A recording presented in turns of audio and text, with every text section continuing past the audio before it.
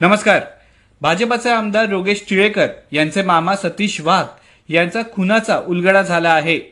त्यांच्या खुनाची सुपारी दुसऱ्या तिसऱ्या कोणी दिली नसून खुद त्यांची पत्नी मोहिनी सतीश वाघ यांनी दिली आहे।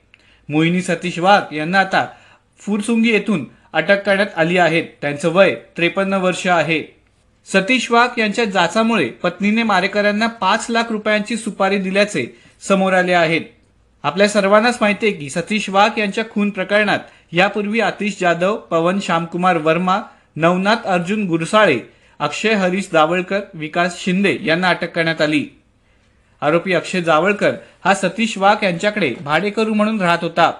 वाघ आणि अक्षय यांच्यात वाद झाले होते। त्यांनी अक्षयला खोली सोडण्यास सांगितले होते।